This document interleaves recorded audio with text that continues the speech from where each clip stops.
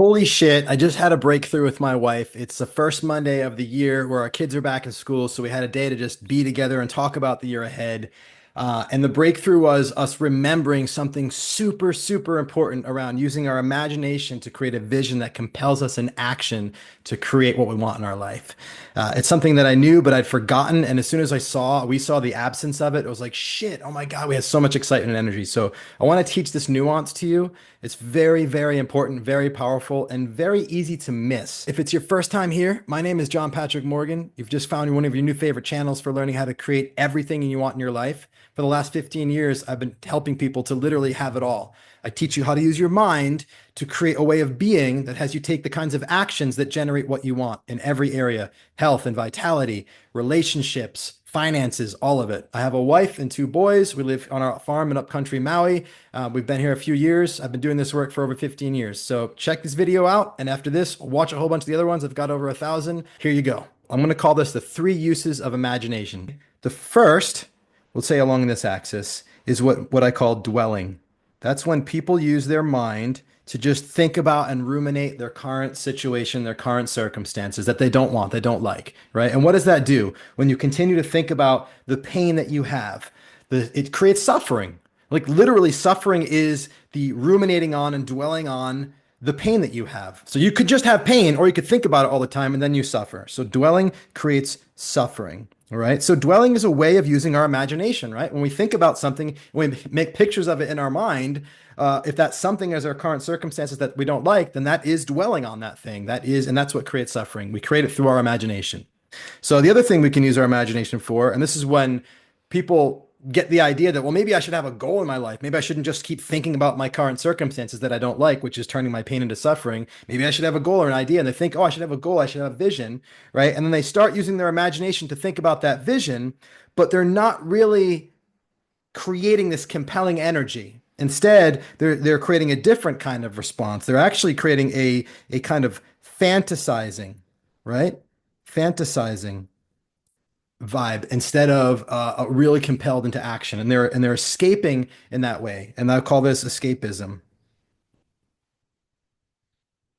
Okay, and so look at the difference here. I'm either using my mind to create pictures about current reality, the circumstances of the current situation that I don't like, that are painful, and through that imagination I'm essentially creating suffering. I'm dwelling and creating suffering, or I'm using my imagination to create an alternative reality, right? Which is some kind of fantasy that's not connected at all to current reality. And then I feel really good. There's a pleasure in that fantasizing, but that fantasizing is having me just escape from current reality. It's not actually compelling me into action to create anything different. And my suggestion is that I'm guilty of this. And I think a lot of people who discover the world of personal development and the greater possibility for their life, and they create a vision and they get the idea that they can use their imagination to connect with that vision, but they're not really using that imagination to compel them into action to create that as the reality. I think it's because they're moving from one ineffective use of imagination, which we're calling dwelling, to another ineffective use of imagination, which we're called fantasizing. And they're going from suffering to escaping that suffering through their internal experience, but they're not actually changing anything in their reality. And so what we really want is this middle path, right? Which is, this is visioning. This is when you have a vision.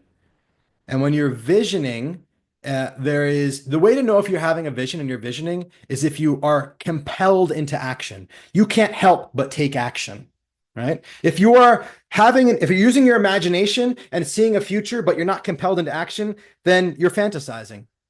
And if you're just suffering and you're using your imagination to think about that, then that's kind of obvious. You're just dwelling on the situation, right? And so the way to know if you're visioning is, are you compelled into action? Are you taking action a lot? And is that action powerful and impactful and effective? If it is, and there's a good chance that you're captivated by a vision and you're compelled into action.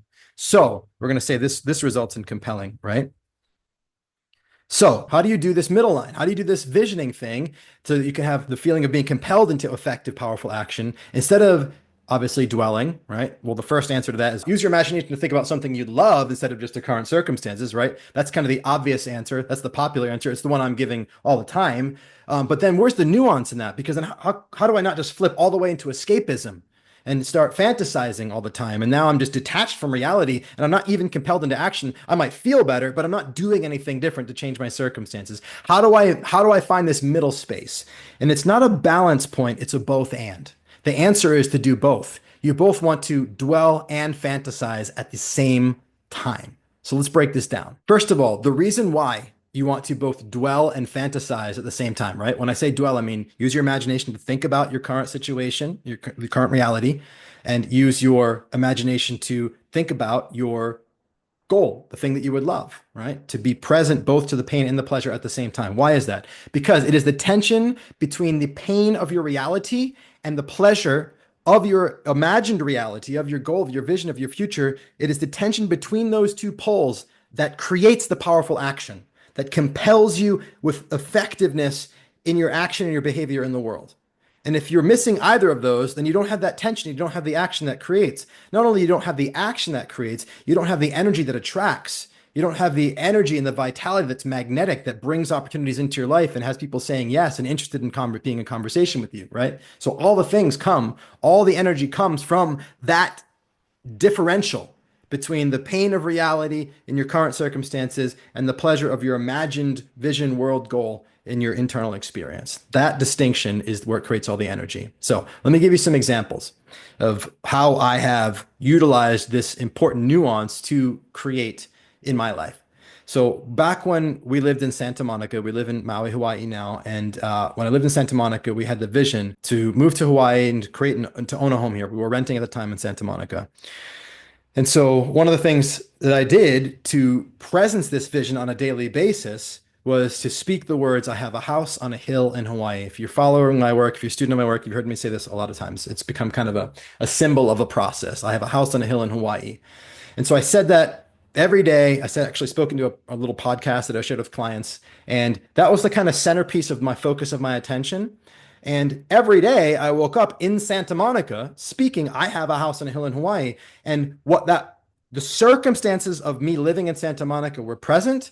And the speaking of having a house on a hill in Hawaii was an imagined experience. So I was present automatically to both the circumstances of living in Santa Monica and the imagined reality, the imagined experience, the pleasure of living in Hawaii, right? We took a short vacation here. I really fed my imagination with that and my body so I could really feel it. We had things about Hawaii around our house. So it was always the pleasure of the imagined world was present. And we could say the pain of living in Santa Monica was present. It wasn't all pain. We have great friends there. I'd love to go back and visit, but there were a lot of things happening in that place. Maybe you've watched the news that had not be the place we wanted to live anymore.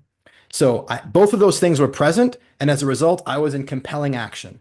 And I made more money that year than I'd ever made before. And we went to Hawaii and we ended up exactly where we wanted to be. Almost. I just hesitated there because there's a missing piece. And I'm going to get to that in a minute when I talk about how we can sometimes slip into fantasy without even realizing it. Because that happened to me on the way to now owning this home and the farm in Hawaii. Before I share that, let me give you another example of creating through vision with reality and circumstances present and how important that is. Healing my body. So when I was 23, 24 years old, I was diagnosed with multiple sclerosis. And that scared the shit out of me. I didn't even know what it was when I got the diagnosis. You know, it's an autoimmune condition. Nervous system gets attacked by your white blood cells. It messes you up big time. Some people die of it. In any case, that reality that was given to me, from the doctor and also the optic nerve, I went blind in my left eye. They found lesions on my brain, all this stuff. That reality was present. I mean, I couldn't see. I had this diagnosis. There was a reality that was present in my health. And yet I had a vision for my future that was something beyond being paralyzed, right? And so the juxtaposition of I am going to be healthy, I'm going to be optimal. I started to get interested in optimal health and constantly having a vision of optimal health while being present with this diagnosis. The juxtaposition of those two things created the contrast, the tension between the pain of reality and the pleasure of my imagined optimal health, vital future. And by juxtaposing those two, by them both being present, I was compelled into action to learn about health and healing. And after 10 so years, I've healed myself of multiple sclerosis. I'm now 47, hadn't had a symptom in 20 years. Doctor says you don't have MS anymore, so I'm taking that. I'm going to listen to that. I'm taking that on. Same thing with allergies. When I got hay fever when I moved to the UK in my late 20s, I was on allergy meds from the doctor, and it's like allergies, you don't heal them. You've got them. You've got them. And then I said, well, what if I could have an optimal health and I could heal my allergies? And I held the reality of like not being able to breathe and my sinuses and like being all congested and have to take these drugs that worked, but it always still fogged my brain. That reality versus the vision of optimal health drew me into learning and experimenting and exploration, where I healed my body of allergies and I don't have pollen allergies anymore. I don't have hay fever anymore. I haven't had it in over 10 years, probably 15 years. And another healing example is patellofemoral syndrome in my left knee, runner's knee, they call it. They said, you can't run anymore. A doctor told me, you should take up a new sport. I'm like, damn, I love running. I love long distance running. Then I went to see a friend who's a surgeon. He's like, dude, you need surgery. That's my professional opinion. And my other colleague who's a surgeon says, you definitely need surgery. This knee's not going to function for you without it. And I'm your friend, so I would recommend you get some other opinions because I'm a surgeon, so I'm going to tell you need surgery. And that was one of the best things he ever said to me. I love that he said that. I was so grateful.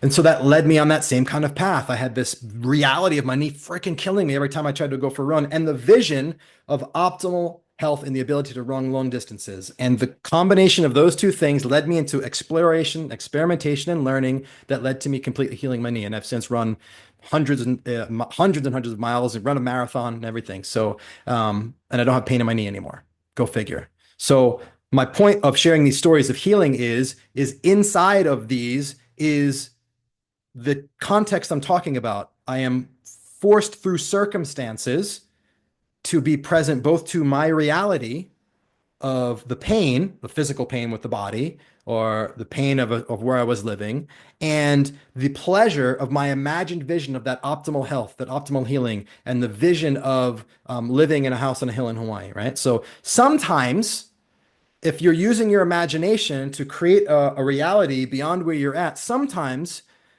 that's all you need to do, because the circumstances will be enough to evoke current reality on a daily basis, and juxtaposing that to the taking time to create an imagined reality. Now you've got those two poles. You've got the energy and it's compelling you in action. You've got vision. You're moving, right? And you're powerful and you're impactful and you're attractive because all that energy is there sometimes. But sometimes circumstances are not producing and evoking your current reality in a way where it's keeping you from sliding into fantasy with your imagination, right? Sometimes you can be imagining and you aren't present to the reality that you need to be present to, so that you're not just fantasizing and therefore escaping, right? Escapism. So some examples of that. So when we had the vision for a house on a hill in Hawaii, we packed up all our stuff. We finally got a lease to move here so that we could live here, so that we wanted to buy a house, wanted to buy a home and some land, but we at least wanted to be on the island. So we didn't want to have to buy it sight unseen from the mainland. So we wanted to at least be living here. So we got a lease.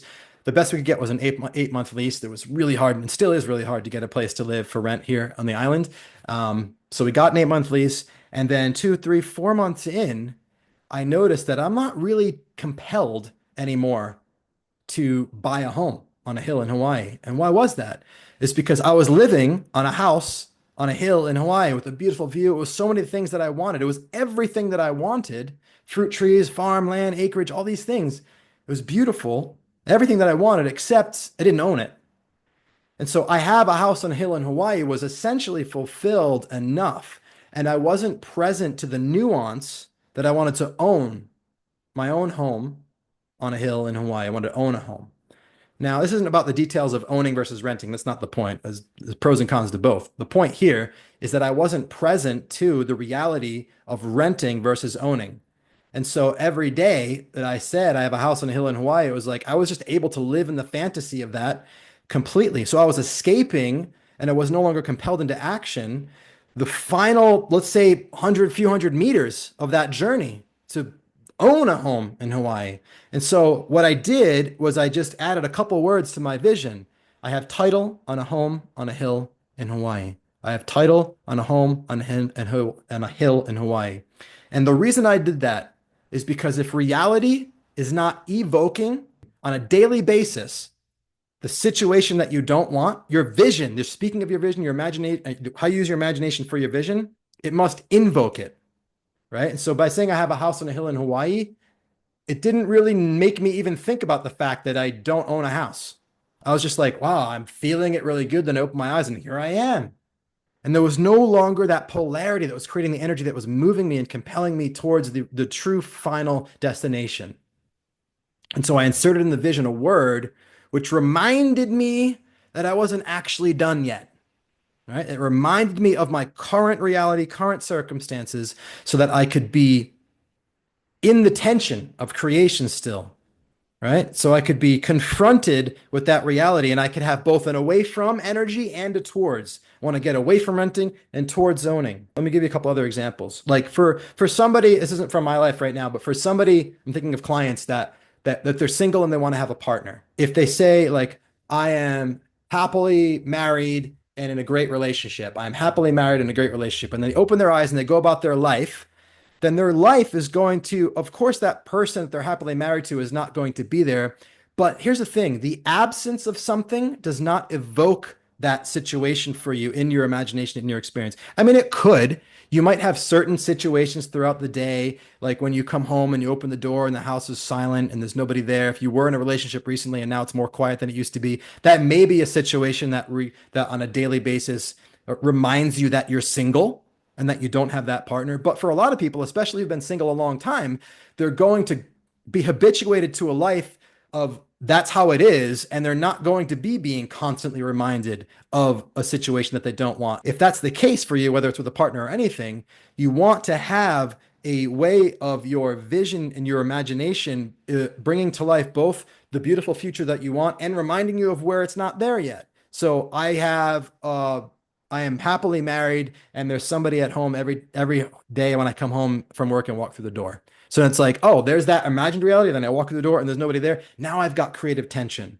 And there's a dance, right? Like when I say this too, you might think, oh, I don't want to have to think about the reality. That's going to make me uncomfortable and sad. And that's what I don't want. Well, then that is why you slide into escapism or why you just stay stuck in dwelling. Because, in both cases, I think it will happen. You'll have people that will just dwell because they don't want to imagine, because they don't want to be fantasizing and escaping reality, right? And then you'll have people that just use their imagination only to escape because they don't want to touch reality. And it's like, oh, I don't want to touch that. It's hot. Well, then you've got no energy. So you've got to be able to be with both. And when you can be with both at the same time, instead of flipping from one to the other, like literally every statement that comes out of my mouth, that's a vision statement is invoking both the more beautiful world that I see as possible and the present world that I would love to get away from. And if both of those things can come into being in that same space, it doesn't have to be anything other than a statement that brings your attention to both at the same time. You see, that's not a conflict in the sense of a problem. That's the dance of creation. You want to always be presencing both. Let me give you a final example. I am financially free. I am financially free.